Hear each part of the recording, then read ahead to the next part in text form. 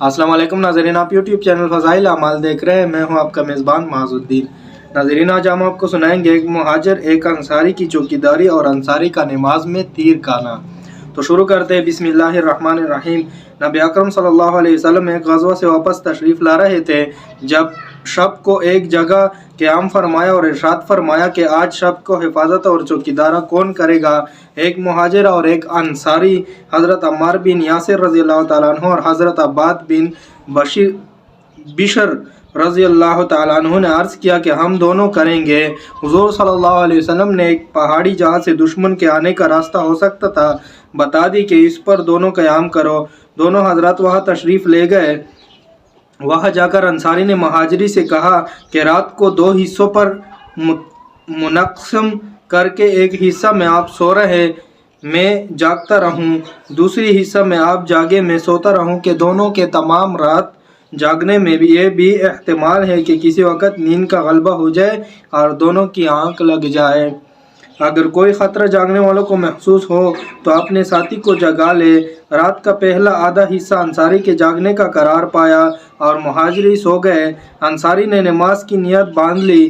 दुश्मन की जानिब से एक शख्स आया और दूर से खड़े होकर शख्स को देखकर तीर मारा और जब कोई हरकत न हुई तो दूसरा और फिर इसी तरह तीसरा तीर मारा और हर तीर के बाद बदन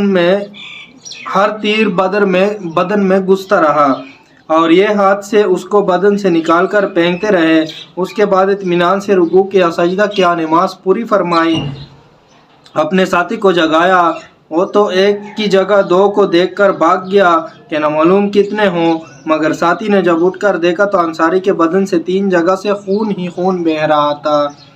महाजिरी ने फरमाया, सुभान अल्लाह, तुमने मुझे शुरू ही में ना जगा लिया। अंसारी ने फरमाया कि मैंने एक सूरह कहफ शुरू कर रखी थी, मेरा दिल ना चाहा कि इसको ख़त्म करने से पहले रुकू कर लूँ। अब भी मुझे इसका अंदेशा हुआ कि ऐसा ना हो कि मैं बार बार तीर लगने से मर जाऊँ और हुजूर सल्लल्लाहु अलैहि वसल्लम ने जो हिफाजत की खिदमत मेरी सुपर्द कर रखी है वो फौत हो जाए। अगर मुझे यह अंदेशा ना होता तो मैं मर जाता, मगर सूरा ख़त्म करने से पहले रुकू ना करता। फ़ायदे में शेख साहब लिखते हैं, 3 हज़रात की नमाज और उसका शौक़ के तीर पर तीर कहे जाए और खून ही खून हो जाए मगर नमाज के लुत्फ़ में फ़र्क न पड़े। एक फ़क़ही मसला भी इख्तिलाफ़ी है कि खून निकलने से हमारे इमाम यानी इमाम आज़म रहमतुल्लाह अलैहि के नज़दीक वज़ू टूट जाता है, इमाम शाफ़ी रहमतुल्लाह अलैहि के नज़दीक नहीं टूटता। मुमकिन है कि इन सहाबी का मज़हब भी यही हो या उस वक़्त तक इसका मसला की तहक़ीक़ न हुई हो कि हुज़ूर अकरम सल्लल्लाहु अलैहि वसल्लम इस मजलिस में तशरीफ़ फरमा न थे या इस वक़्त तक ये हुक्म हुआ ही ना हो। नाज़रीन, ये थी हज़रात असहाबे किराम के इबादत का शौक़, नमाज का शौक़ के तीर का 3-4 तीर का खून बह रहा था उसके बदन से और वो नमाज के शौक़ में ऐसा डूबा हुआ था कि तीरों की तकलीफ़ भूल गया था और अपने रब के साथ जो मुलाकात होती है, जो बात होती है, उसमें लगा हुआ था, यानी नमाज पढ़ने में लगा हुआ था।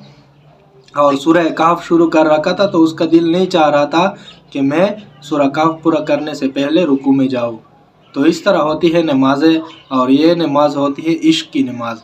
जब अल्लाह ताला से हमें इश्क हो जाए और इश्क में हम इबादत करें, ना कि जन्नत के हुसूल के लिए। जन्नत तो मुसलमानों के लिए ही अल्लाह ताला ने पैदा फरमाया है, लेकिन जब इश्क के हुसूल के लिए, जब इश्क हमारे अंदर हो अल्लाह ताला का और उसमें नमाज हम इश्क में पढ़े, अल्लाह ताला के इश्क में इबादत करें, तो उसका मज़ा ही कुछ और है।